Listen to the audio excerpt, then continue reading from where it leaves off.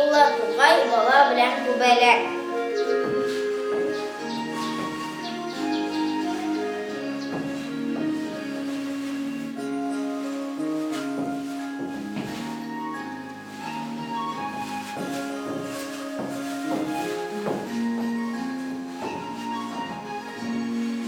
Әйгәле күбәләк, сөйләшик бергәләп.